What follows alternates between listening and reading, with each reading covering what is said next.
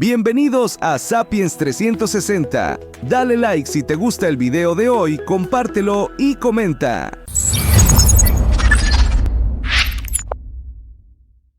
Abril 1946. Hay cunas por todos lados.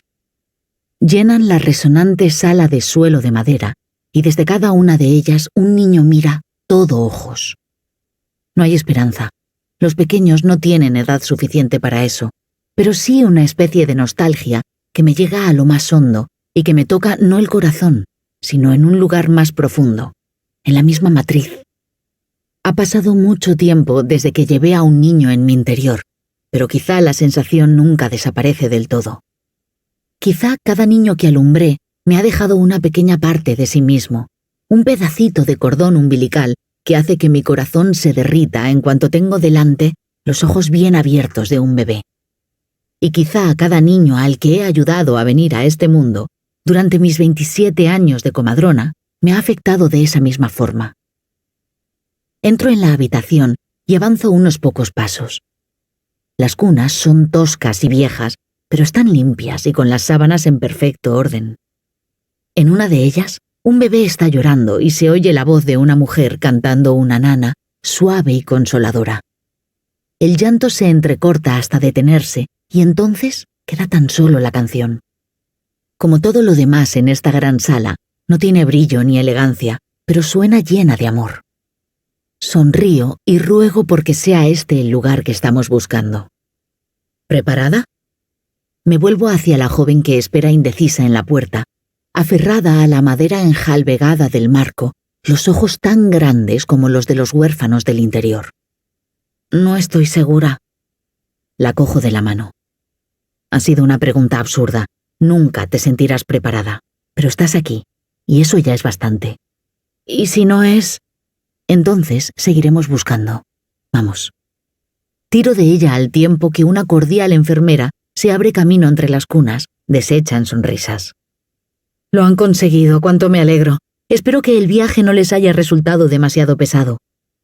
No puedo evitar reírme con acritud. El trayecto de esta mañana ha sido fácil, pero los años que lo precedieron fueron un laberinto lleno de sufrimiento y dolor. Nadie debería tener que recorrer el camino sucio y oscuro que nos ha traído a este destartalado lugar de tenue esperanza. Nos ha debilitado a ambas y no estoy segura, pese a lo que haya podido decir antes, de cuánto tiempo más podremos continuar este viaje. La enfermera parece comprender. Me pone una mano en el brazo y asiente con la cabeza. Los años malos ya han terminado. Espero que tenga razón. Todos hemos perdido demasiado. Miro a mi querida amiga, que se ha adelantado atraída por la cuna más cercana a la ventana. En ella hay una niña sentada, sus rubios mechones ensortijados alrededor de una carita seria iluminada por el sol que entra de fuera. Al ver que alguien se le acerca, se pone de pie con las piernas algo tambaleantes pero decididas. Mi joven amiga cruza los últimos metros con rapidez y pone una mano en la barrera de la cuna. La niña alarga la suya y la escena me parte el corazón. Ha habido demasiadas barreras, demasiadas alambradas, demasiada segregación y división. ¿Es ella? Pregunto sin aliento. Tiene una marca parecida al tatuaje que describió, dice la enfermera encogiendo nerviosamente los hombros. Parecida. No es suficiente. Se me encoge el corazón y de pronto soy yo la que no se siente preparada. De repente, quiero que el camino sucio y oscuro prosiga serpenteante, porque mientras haya viaje, habrá esperanza. ¡Detente! Tengo ganas de gritar, pero la palabra queda ahogada en mi garganta, porque la joven ya se ha inclinado hacia la cuna y tiene a la niña en brazos, y el anhelo que se lee en su rostro es más grande que todos estos pobres huérfanos juntos. Es hora de saber la verdad. Es hora de averiguar si nuestros corazones pueden curarse. Primera parte. Woods. 1. 1 de septiembre de 1939. Esther. Cuando las campanas de la Catedral de San Estanislao dieron las 12, Esther Abrams se sentó agradecida en las escaleras de entrada y volvió la cara hacia el sol.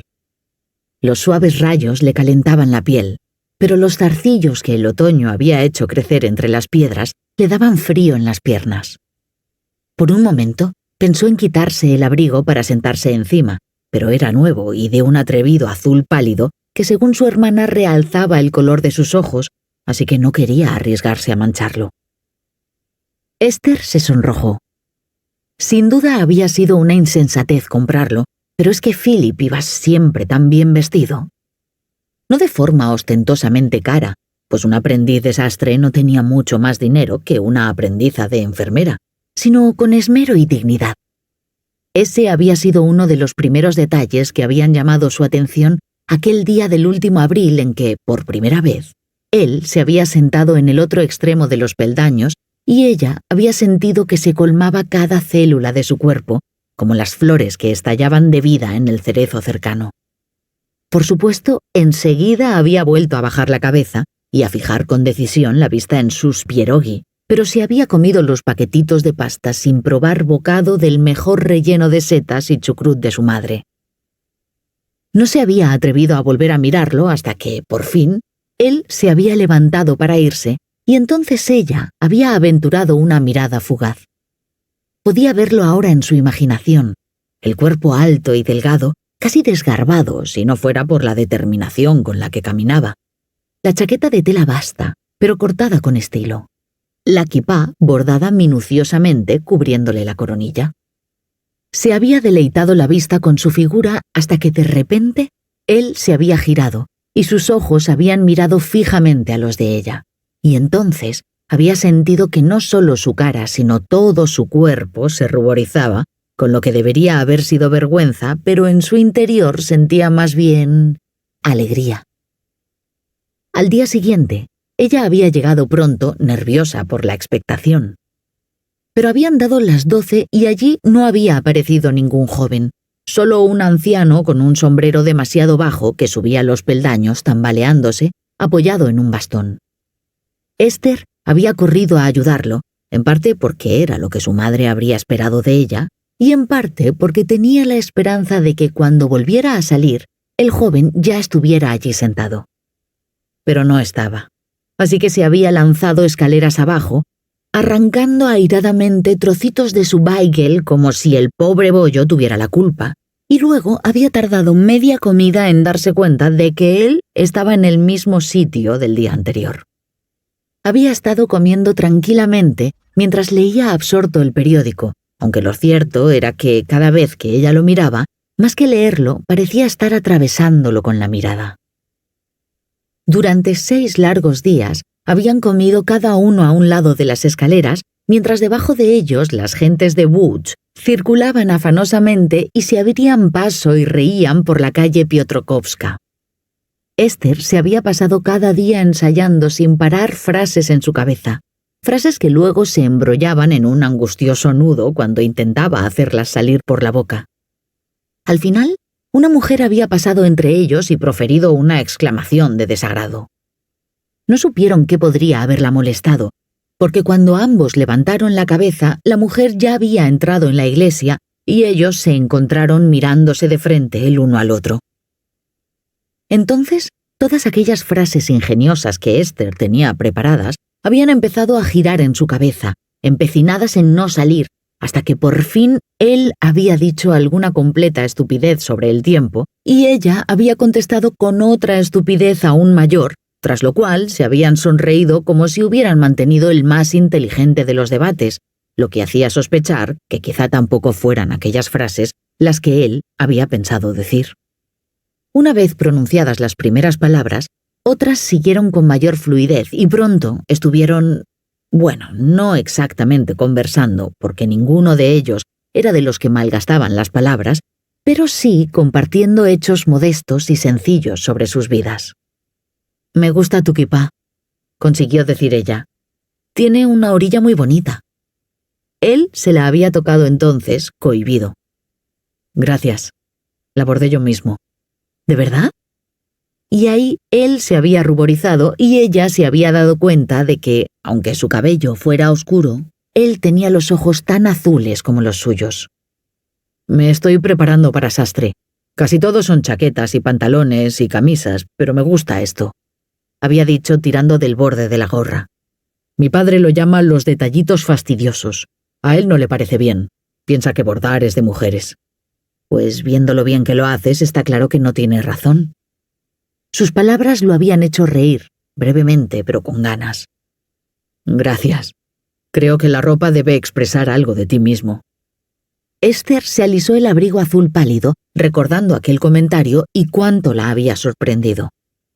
A ella le habían inculcado que la ropa debía estar pulcra y limpia y ser discreta, y nunca se le había ocurrido que pudiera expresar nada más que un adecuado cumplimiento de las labores del hogar. «Cuéntame más».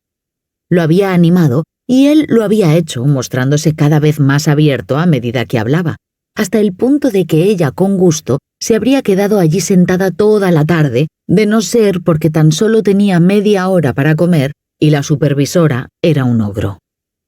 Si te atrasabas un solo minuto, ya te tocaba ocuparte de las cuñas durante toda la tarde, y por mucho que le hubiera valido la pena quedarse con el joven sastre, sus padres habían sacrificado demasiado para pagarle su formación de enfermera y ella debía corresponder como era debido.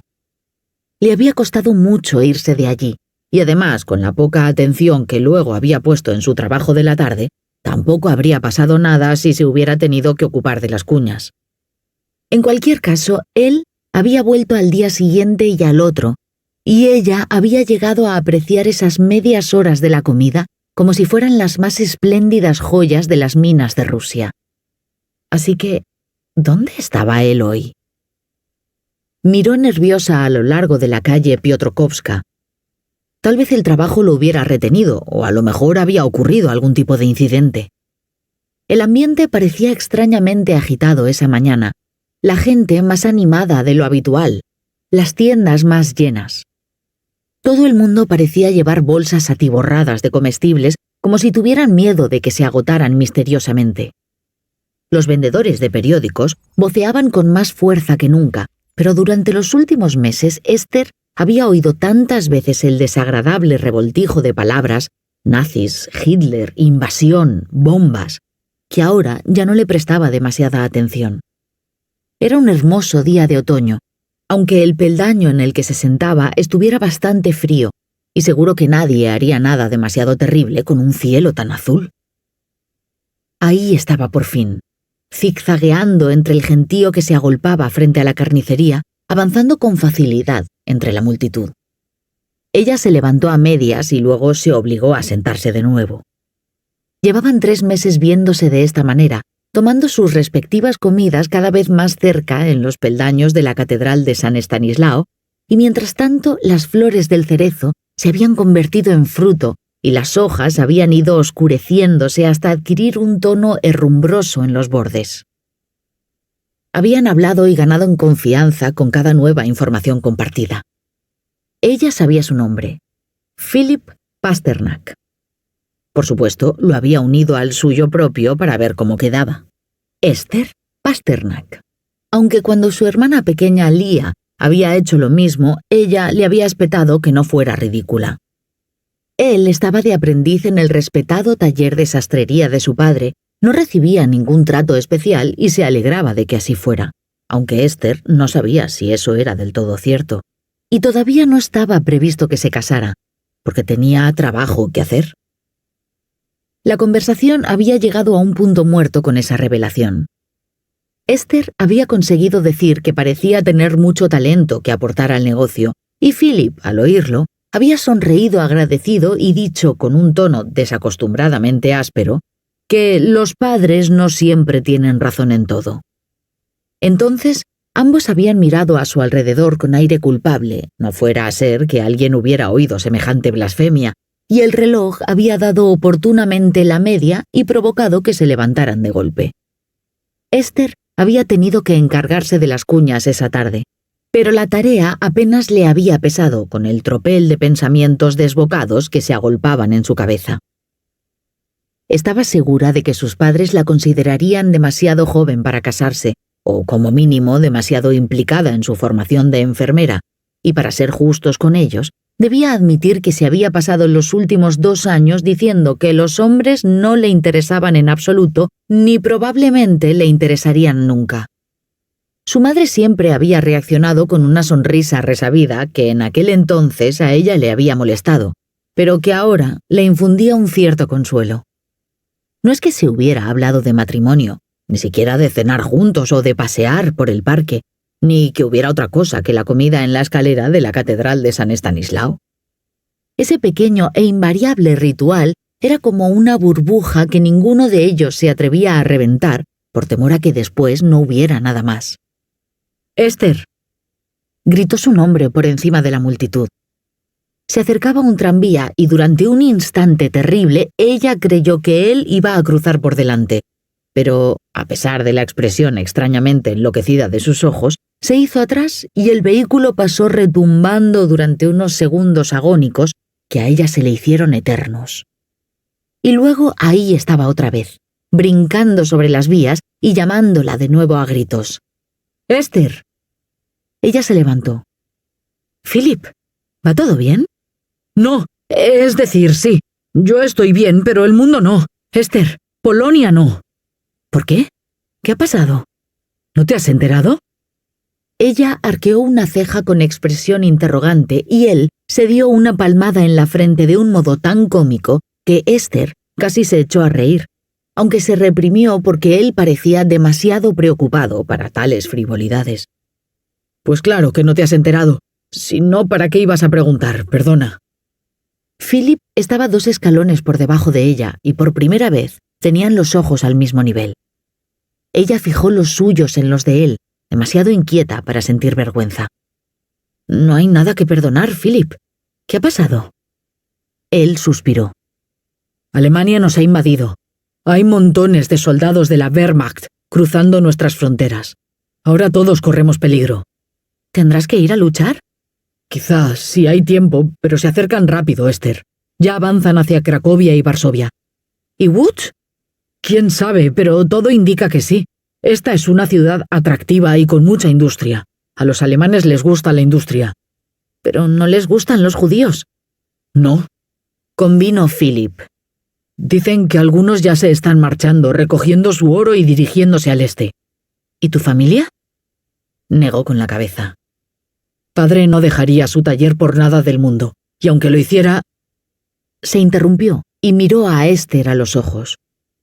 «¿Y aunque lo hiciera?», lo animó ella. Vio cómo levantaba la barbilla y su mirada se ensombrecía con una repentina determinación. «Aunque lo hiciera, yo no iría con él. No sin ti». «¿Sin mí?», susurró sin aliento, pero él ya estaba cogiéndole las manos y poniéndose de rodillas ante ella con las largas piernas en precario equilibrio sobre los estrechos escalones. «Esther Abrams, ¿quieres concederme el gran honor de convertirte en mi esposa?». Esther parpadeó, sorprendida. Por un momento, toda la calle Piotrkowska pareció detener su despavorido ajetreo y volverse hacia ellos. 2 señoras mayores que arrastraban una carretilla con bolsas de la compra se pararon a mirarlos. Esther le devolvió la mirada a una de ellas y la mujer le guiñó un ojo y con un gesto de la cabeza la incitó a volver su atención al apuesto joven que tenía a sus pies. «Yo...». «Porque esto es la guerra, Esther. En cuanto lo oí, en cuanto me imaginé a los soldados y las armas y al enemigo que marchaba sobre nuestra ciudad, solo pude pensar ya en una cosa, que podrían privarme de ti. Y entonces pensé en lo absurdo que era que ya hubiera malgastado 23 horas y media de cada día de este verano por no estar contigo, y ya no pude soportar malgastar media hora más. Así que, Esther, ¿lo harás?». «¿Casarme contigo?». «Sí». «Sí». La palabra salió en un estallido de su interior y de inmediato ya estaba tirando de él para que se levantara, y Philip la estaba abrazando y los labios del uno tocaban los del otro, y su único pensamiento era que ella, también, había malgastado demasiado tiempo. El mundo empezó a girar a su alrededor por el júbilo de tener a Philip, y un fuerte ruido resonó en sus oídos, como si Dios hubiera puesto a cantar a todos sus ángeles. Aunque si lo había hecho, habría tenido que elegir mejores voces, porque lo que sonaba parecía más un lamento que un coro celestial, y solo cuando por fin se hizo atrás, se dio cuenta de que era la sirena de ataque aéreo que con un sonido lleno de chisporroteos emitían los viejos y oxidados altavoces dispuestos a lo largo de la calle. «¡Rápido!», dijo Philip, tomándola de la mano y arrastrándola escaleras arriba hacia el interior de la catedral. Mientras tanto, sobre sus cabezas, 2 aviones alemanes cruzaban oscuros y amenazadores el brillante azul del cielo, y Esther no tenía ni idea de si era el día más feliz de su vida o el peor de todos. Era una pregunta que se haría una y otra vez durante los negros años que vendrían. ¡Hasta la próxima!